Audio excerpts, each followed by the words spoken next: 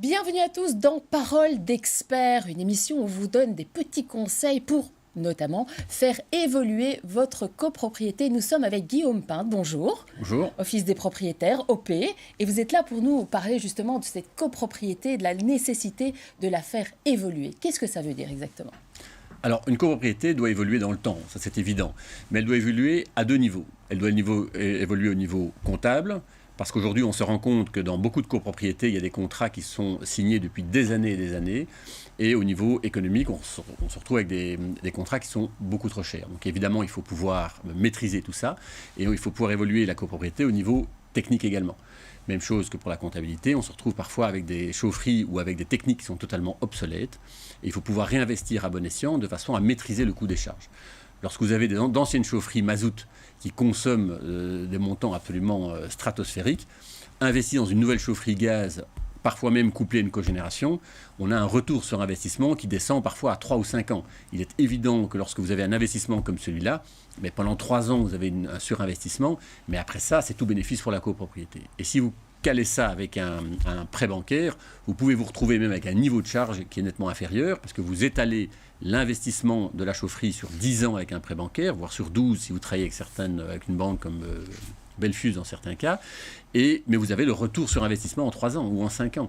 Donc évidemment, c'est tout bénéfice. Voilà. Alors justement, un peu l'idée, c'est de prendre un syndic et de le garder, parce que pour avoir ces investissements récurrents, pour avoir une vision sur le long terme, il faut rester avec son organisation, j'ai envie de dire.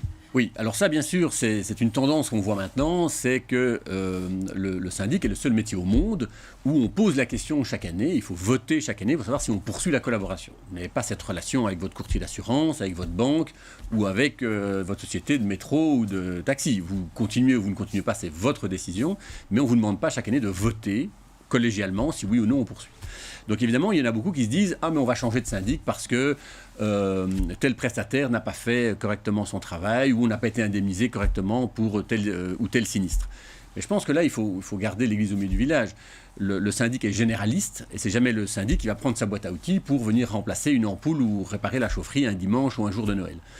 Et donc, cette tendance de vouloir changer de syndic à intervalles réguliers, mais évidemment, beaucoup de syndics, quand ils reprennent un nouveau dossier, avant de l'accepter, regardent quel est l'historique, évidemment. Si vous avez une habitude de changer de syndic tous les 2 ou 3 ans, il y a beaucoup de syndics qui finiront par vous dire « Écoutez, je vais quand même mettre le suivant, allez voir d'autres, et on verra un peu comment les choses peuvent évoluer. » Donc si vous voulez avoir une bonne gestion, évidemment, il faut avoir une gestion calée sur un agenda à moyen long terme.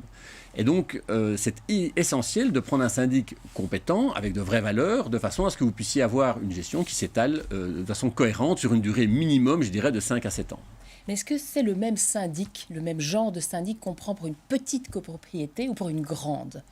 Est-ce qu'il y a des différences dans la gestion de ce genre de biens ? Alors, une copropriété se gère, je dirais, de la même façon, on est bien d'accord. Mais évidemment, les personnes qui ont une expérience pour une copropriété de 30 ou 40 appartements, lorsque vous arrivez sur des copropriétés comme nous les gérons chez OP ou chez Trévi, avec plus de 500 appartements, un centre commercial, on a des institutionnels, on a également un supermarché, on a des parkings, tout ça qui ont des normes tout à fait différentes. On a des décomptes à sortir avec TVA, sans TVA, enfin ça devient très complexe. Évidemment, il faut un syndic qui a l'expérience de le faire. Alors je ne dis pas que tous les syndics ne sont pas capables de le faire, mais il faut avoir quand même un minimum de maîtrise de l'outil informatique, des techniques spéciales, de façon à pouvoir répondre à toutes les obligations ou simplement des demandes des clients. Eh bien, merci beaucoup, Guillaume Pinte, pour tous ces renseignements et on se retrouve très vite pour un autre Parole d'expert.